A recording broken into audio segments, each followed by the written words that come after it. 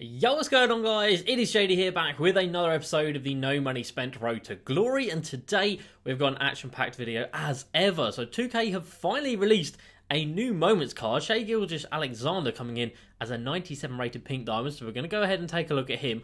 I'll also have a look at when the last Moments card came out, because I genuinely, for the life of me, can't even remember who it is. We're also going to talk quite a lot about where I want to take this account this year, because I've been doing some thinking about what we actually want to do, or what I actually want to do. It all stems from a comment from my boy Johnny. Johnny, you know who you are. Thanks for leaving the comment. It just got me thinking, because I know I am collecting a lot of cards. We're going for the collector levels, but I'm not sure that's going to be the best thing to do. But we'll get into that a little bit more later. And then also want to go over a couple of end game cards I think are in the game at the moment, and start building a little squad that we might be able to put together. So let's get into it. Before we do that, yesterday's video hit 100 likes, which is insane. So thank you guys so much for the support lately. 100 likes on a video is ridiculous. Like at the start of 2K20, I was getting like 10 to 20 likes a video. So getting up to 100 is mad. So massive thank you for that. I'm not going to like for every video, but if it gets there naturally, then obviously that is very good. But anyway, let's get into it for today. So we have got a 2x MT multiplier with every domination win. Not awful, to be honest.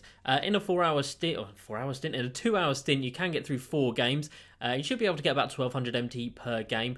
So you're going to be getting a bonus about 5000 MT if you win all 4 games, which isn't too bad. You know, if you are grinding domination still, which I would still recommend, but at this point in the game, I would recommend doing 33 stars in regular Dom, 33 stars in historic Dom, and then getting yourself onto all time and doing all 99 stars just for the tokens more than anything. You get so many on these last few games here, and you do get a pink diamond. It is a trash pink diamond, but it is still a pink diamond nonetheless. So not a bad limited time event. When we come over to the agenda, we've got a triple threat online, normal triple threat, and then we get a token, a bronze power forward from the auction house. So let's go ahead and do that. What am I doing? Bronze power forward. Should be able to pick one up for about 700 MT, something like that.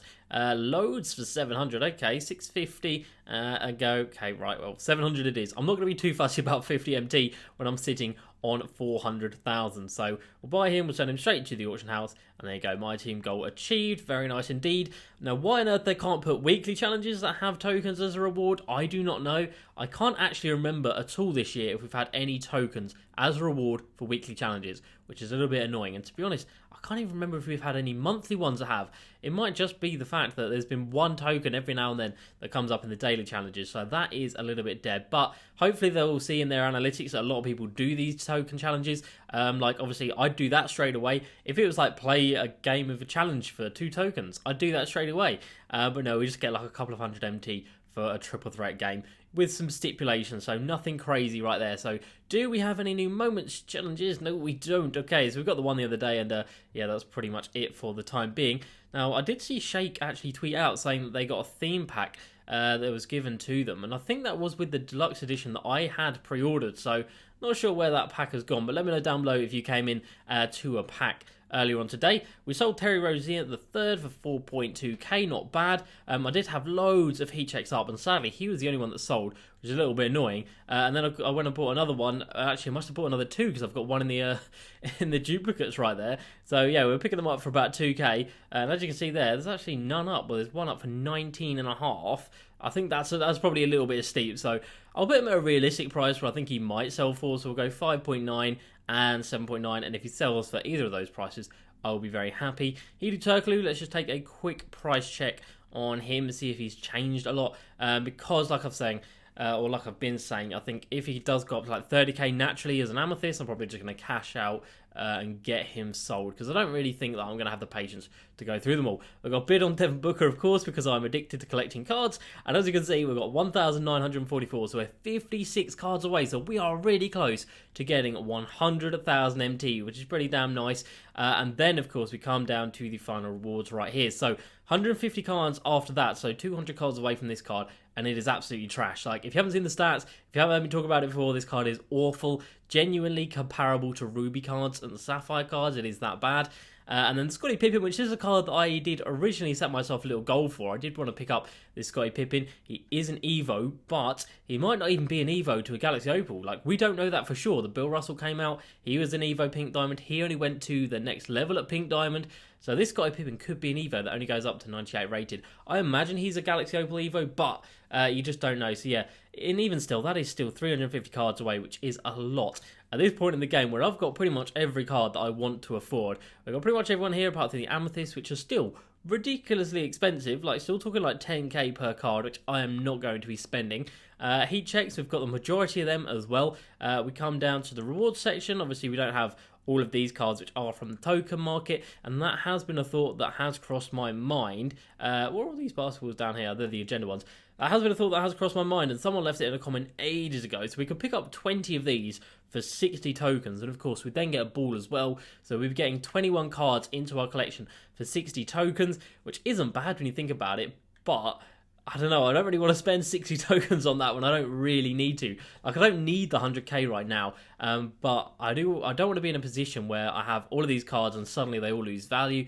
But I do think with all these heat checks especially, that as soon as the token market update happens, I can sell them all off and hopefully they will all go up in price. And if they don't go up in price, I might lock a few of them in, who knows. But for the time being, I'm definitely happy sitting on them. So while we are down here, let's take a look at the moments section. So we've got Kyrie Irving here, who came out, what is that, the 23rd of October, so quite a long time ago. Siakam was the first moments card, and he was the second or was that 22nd? 22nd of October. And then we come over here, so we have a Anthony Davis, who came out the 29th of October. We come down here to the Mavs, Luka Doncic, who was the 18th of November. Come down to the Rockets, we've got James Harden. He was the 30th of October as well. And then finally, we get another one. So we only had one moments card during December. That is insane. But we finally got another one, and it is in the form of a point guard, or shooting guard, sorry, from the Thunder, Shai Gilgeous-Alexander. And the first one has a bid of 200k already. You can see I'm recording this, and he's only been out for about half an hour. But let's take a look at his stats. I haven't actually looked over these yet. I know he's 97 rated, but I don't know exactly what he comes with. So we've got Hall of Fame Floor General, Quick First Step, and Dimer. Really nice. He'll definitely have clamps down here somewhere. There he is. And he's got Defensive Leader as well, which is nice. Keep coming down. Anything else that really stands out? It's got Green Machine, which is nice. It's got Quick Draw. Doesn't have Range Extender, but he does have a 95 driving layup, 94 mid, 91 3, 80 driving dunk. He can speed boost, obviously. 86 perimeter D, 85 steal, not bad. 96 rebounding on a shooting guard. That is insane. And then 92 speed, 86 lateral quickness. Really, really impressive card. Is it endgame? Is it top tier? I don't think so. But is it a very, very good card? Without a doubt. First one's probably going to sell for close to like $500,000, something like that. I mean, I may be way off with that, but I imagine, you know how much people overpay for the first cards up. So I imagine it's going to go for quite a lot. But yeah, we've finally got another moments card. They've finally remembered that this section exists. I think we're in January, and we have got a grand total of 6 moments cards. I mean, that is just horrendous.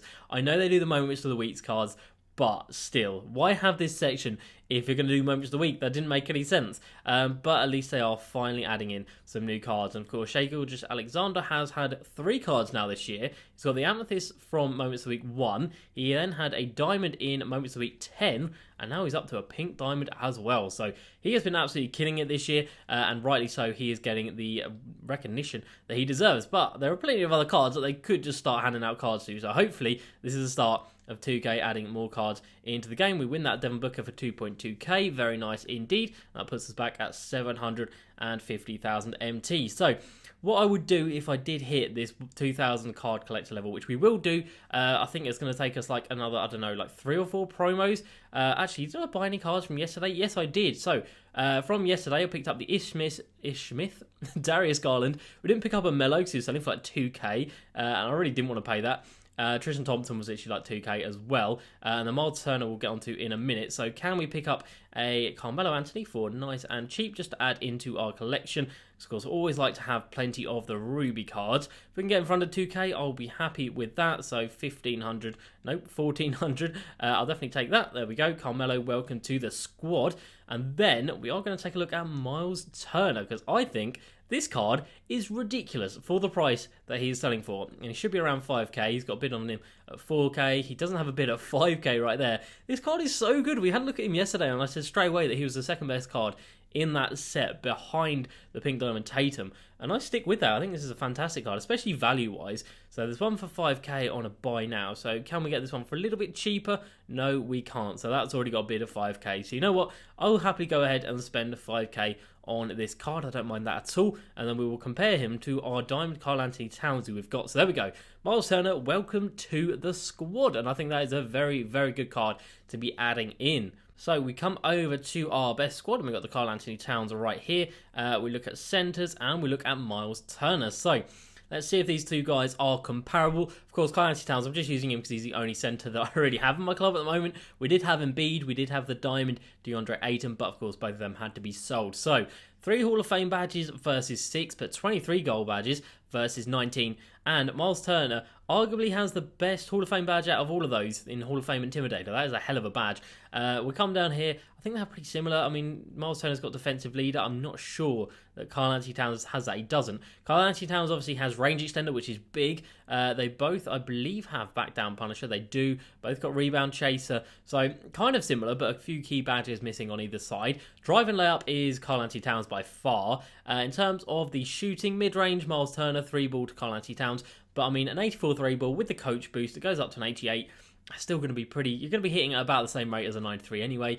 Dunking is obviously Karl Anthony Towns. Ball control, obviously Cax, he's known for it. Defensively though, Myles Turner, look at that, 94 interior D, 96 block. Rebounding pretty much the same, and then speed, obviously Cat has quite a bit on him. But for a card that costs, I mean, this Karl Anthony Towns comes in at about 30k, I believe. Let's just take a quick little price check on him. He might be up at 40k. He's about 35k by the looks of it, which is not a bad price to be fair. I bought him for 30k. I might sell him on for 35. And I thought we just bought a card that we can compare to him for 6 or 5, literally 5k. That is incredible. So we're definitely going to put him in at the backup centre position over Valanciunas. I don't think there's much that Valanciunas can do better than Myles Turner, and there isn't. He can do rebounding a bit better, but that is it. So Myles Turner is going to be our backup centre for the time being.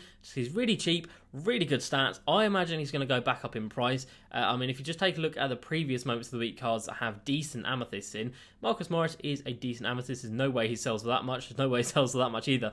But when he first came out, it was like 3 to 4k, and I'm pretty sure he'll be selling for more than that now. None of those amethysts are good at all. Same with those guys. Jaren Jackson Jr., when he first came out, was a couple of thousand MT. Now he's up at around 10k. He did actually peak at around 20k, so he's definitely gone up. Valanciunas, when he first came out, was 2 to 3k. Looks like he's selling for that. Wow, okay. But on buy now, you're looking at getting like 4.5k for him. So again, prices have gone up. And then out of these guys, no one crazy. Zach LaVine was a nice card, but he already had a bit of value before he came out. But yeah, Myles Turner, a fantastic card. If you're looking for a budget centre, this guy is your man. That card is fantastic. So very happy with picking him up. And that puts us just 53 cards away. So we're slowly getting there. Hopefully we'll get it in the next like 2 or 3 promos. Like I said, we should be able to pick up, I don't know, kind of like 5 to 6 cards per promo. If it is a spotlight set, obviously we do need to pick up all of them at one time or another. But we usually stay with about 8 or 9 from the set, so that's not bad. And then out of all the promos, like I said, we usually get about 5 or 6 from them. So a couple more promos and we'll be there, and then I can start selling up everything, and I mean everything. I will be selling off my playbooks, I'll be selling off the arenas, the logos, all of the basketballs, because we have all of those. All the coaches will go, all of the uniforms will go. I think pretty much all of these will go. I mean, like, this set, it's never going to go up in price, really, is it? Like, no one really cares for a Diamond J.R. Smith at this point of the game when he's already got a better Diamond, obviously, that's out, the glitched one. And then these original spotlights, so the D-Wade, KG, Clyde Dirk, and Isaiah Thomas, they're all for the Magic Johnson. Again, are they going to go up in value? I highly doubt it.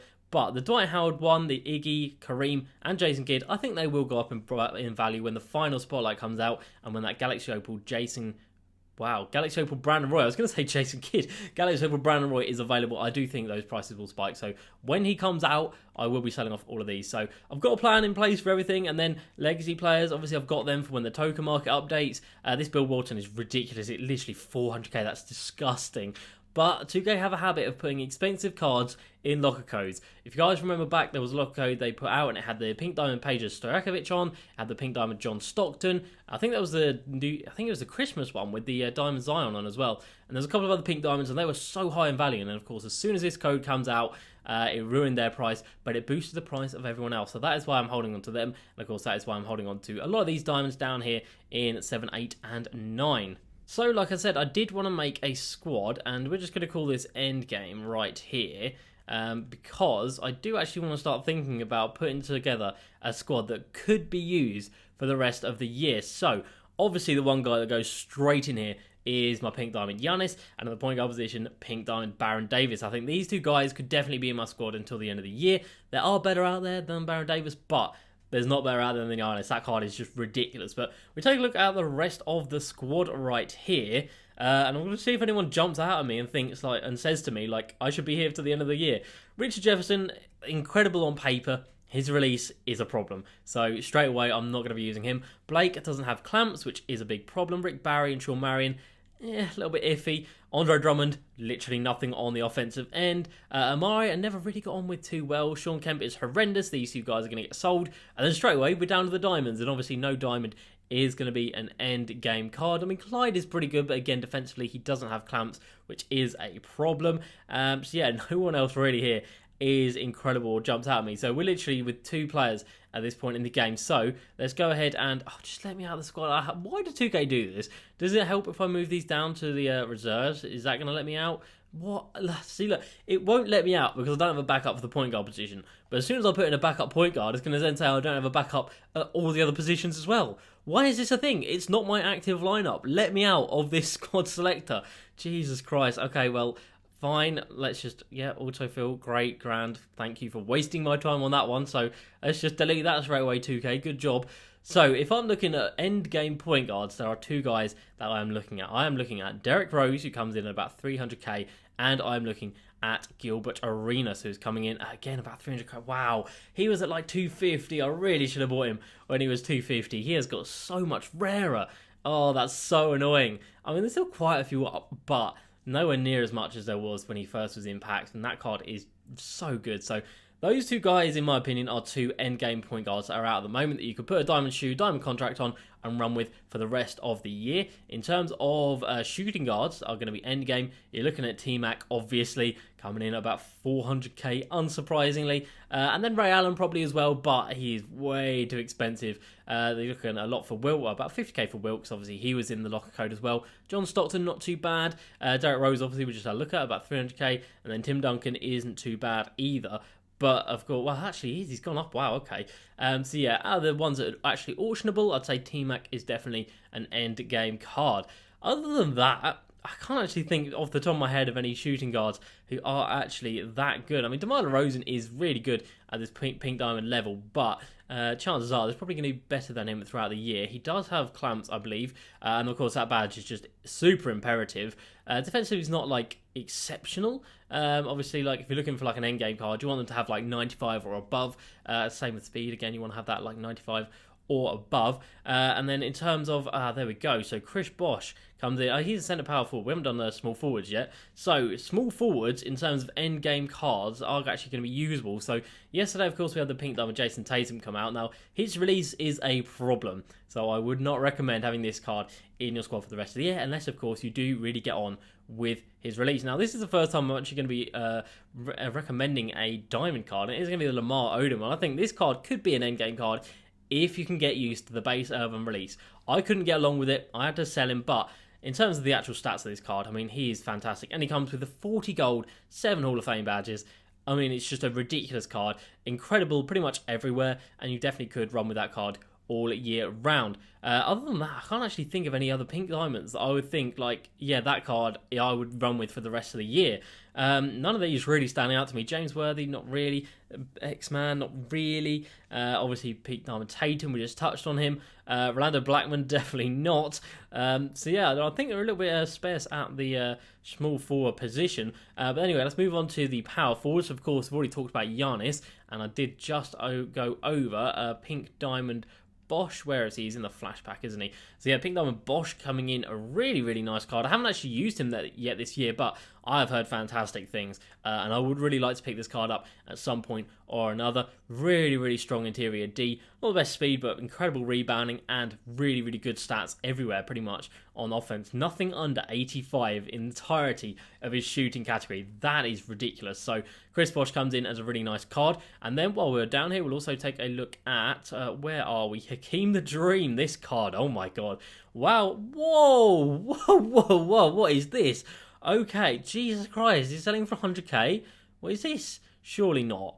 If he sells for like 100k, surely that's like a massive snipe. But okay, so that one's 160. That just doesn't make any sense, does it? So yeah, wow. Okay, so literally yesterday in my video, people asked me if I thought Pink Diamond Hakeem would come down in price. I said yeah, he'd probably come down to about 200k. Someone said, will he come under 200k? I said no. And how wrong I was. If you guys are looking at completing this set, now is the time to do it. When you're watching this video, oh look at that, it says I won 4 of them, Jesus Christ. When you're watching this video, go to the market straight away and see what price Hakeem is, because I am recording this at 7:20 GMT, so the video is going to be coming out in about, when is it coming out? About 2.5 hours. So jump on here and get this Hakeem, because this card, well, actually, we got sidetracked there. This card, in my opinion, is an end game center. This card is absolutely ridiculous. I played that last game of the Spotlight Challenge, and I could just tell defensively he felt incredible, and his athleticism was very, very noticeable. Offensively, I didn't really use him too much because I was just evoing up, who was it, Jason Kidd. But, I mean, in terms of his stats, you really can't go wrong with this card. And there was a Pink Diamond Hakeem last year who was incredible. He's got the driving layup. He's got, obviously, the post game is exceptional. He's got the mid-range, stick a three-point shoe on him. He's brilliant. Defensively, ridiculous. Rebounding, ridiculous. Even speed, 79 is fantastic. So he is awesome. And then the only card from the reward section that I would say is endgame. None of these guys even get a look in. And the only guy I have here is, of course, the Galaxy Opal David Robinson, also coming in at that centre position. 20 Hall of Fame badges. I mean, god damn, that is ridiculous. And of course, just ridiculous stats everywhere, and for good reason. He costs a lot to get, but yeah, he would definitely be a very good card to add in. So if I wanted to pick up some of these cards, I think the one I would do would be Pink Diamond Gilbert Arenas. I think I'd love to run him. I'd love to run T-Mac as well, if we could get him at the shooting guard position. At the small forward position, not really too sure. I mean, we could run our Giannis at small forward. We could buy Chris Bosh, put him at power forward, and then we could pick up Hakeem and put him at centre. I don't know. I mean, that lineup would just be ridiculous.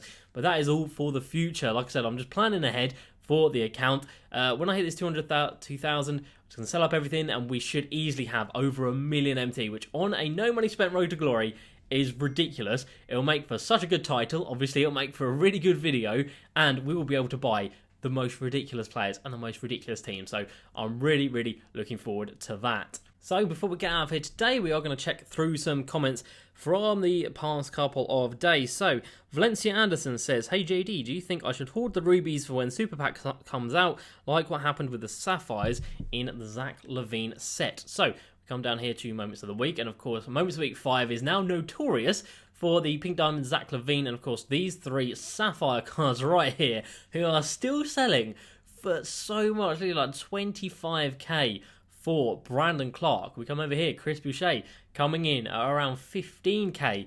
I'm just going to scroll to the end on each of these just to see if there are any snipes. And then Terry Rozier obviously coming in a little bit cheaper, which is very strange, because when they first dropped and I sold all my 3 players, he was the one who sold for the most. I think I got 37k for him, which is just ridiculous. But of course, yeah, the price of those crashed. No, they didn't crash. They went sky high because the price of these diamonds crashed. So Jokic came down from like well over 100k. Donovan Mitchell, wow, okay, he was well under 100k, and now he's gone back up to nearly 200k. That is a price people are willing to pay for that Pink Diamond Zach LaVine. But you've got to remember, that Zach LaVine card is very, very sought after. This card right here, the prices did not change too much. I mean, there's only one D'Angelo Russell up. God damn, that is a rare card. And you got Devin Booker, but it didn't really change the prices of these emeralds and the sapphires, which is a bit of a surprise. And then, of course, the only other ones we've had with a card that has an actual reward for a player is this one. So is hoarding sapphire rubies a good idea? I don't think it's a bad idea. It does have 3 diamonds in the set, and they are all, well, no, it has 2 diamonds, 1 pink diamond, but the diamonds are already super, super cheap. And if this Pink Diamond Tatum comes out in super packs, his price will crash. So, I mean, it just has to increase the price of these 5 players right here. And of course, they are super cheap. You can literally pick these guys up for like 1,000 MT each. So I think it's pretty safe investment. Is it going to be the best investment? Maybe, maybe not. But it is pretty damn safe. So yeah, definitely thing to keep an eye on. But another thing to note is, obviously they released the last super packs at the end of week 10, did they? Is that when they dropped it? No, it's before that, wasn't it? Surely. It was around like 8, 9 or 10 week. They dropped the super packs. And obviously that crashed the price. So they might wait another 10 weeks to do it. So if you're going to be holding on to those cards for 10 weeks, I do not think it will be worth it. Why Shelton says, what are the best cards to buy an Evo up for MT? Well, I kind of touched on this a little bit yesterday, and I think the 2 easiest cards are the 2 cards I'm going to be Evoing up myself. So Jim Jackson comes in at around 15k. If you get him at the right time, you can get about 15k for him at the Amethyst level. And then Keith Van Horn is, again, pretty similar to Jim Jackson. He should be coming in at about, he was 15k yesterday. He's come down to about 10k. That's pretty damn brutal. But other than that, there aren't really any Evo cards that have a big value, which is a shame. Obviously, if you want to take some cards really high, they're going to be expensive. So let's take a look at that Jemaine O'neill. He is the newest player to be released. And don't forget, this card is god-awful. And I am not exaggerating. He is awful. So you can pick his Amethyst up for like 3 to 4k. His Diamond at the moment is selling. And it's not actually too bad of an Evo. It's selling for about 30k, which isn't bad. I think it's about 700 points, a couple of hundred rebounds, a couple of hundred blocks or something. And then the Pink Diamond level, there's actually none up. Is that his final Evo? Does he have 2 slots of Diamond? No, so he does go to Pink Diamond. No one's taking him there yet. So if you can Evo fast, I would always recommend getting on the latest cards that are released. Even now, this Jemaine O'neill is probably worth it. Oh wait, we have him in the club, don't we? Do we have him in the club? I think we do, yeah. So there we go, 700 points, 300 boards, 40 blocks, 50 dunks on 30 games, and you'll be making about 30k. So it is quite a lot to do. There's a lot of boxes to tick. But if you're looking for if you've got the time, then I would definitely recommend that. So we move on into the comments. Quicksilver, and this is a really interesting comment. Says, something you should definitely look at doing to turn a profit is snipe silvers following the Moments of the Week packs going live. Normally sniping is tedious and boring, but after a Moments of the Week pack drops, tons of people are just dropping the non-card sets and making snipes for the silvers super easy. In just a few days, you can turn a massive profit.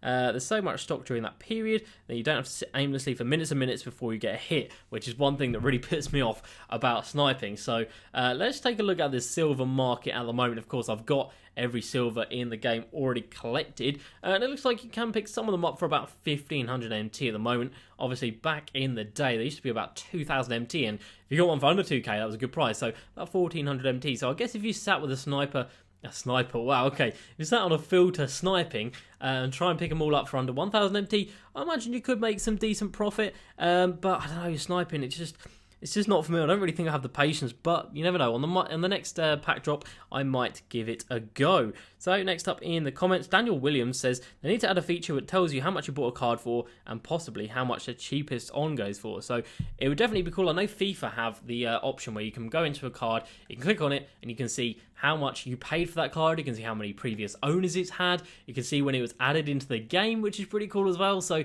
there's a lot they could do. I would like to see how much I paid for a card. I think that'd be pretty cool. I'm not too fussed about seeing like the cheapest available on the market, because obviously you just got to go on the market and check. I don't think 2K are going to help us out that much. But yeah, definitely having a little thingy that says how much you paid for a card, that would be very helpful indeed. So that is going to be it for today's video. A lot of discussion going on, that is for sure. Let me know down below what you think I should do. Should I push on past 2,000 cards, or should I get there, sell up, and then just start buying ridiculous top-end end-game cards? So let me know down below, and I'll get to those comments. And speaking of the comments, I am going to be away tomorrow, so I'm going to be recording another video tonight that's going to drop tomorrow, because of course daily uploads have got to continue, and so I won't be able to answer any comments from today or tomorrow's video until Thursday's video. So yeah, just bear that in mind if I don't get back to you. So that's going to be it for today's video. As usual, please like, subscribe, and I'll see you next time. Peace.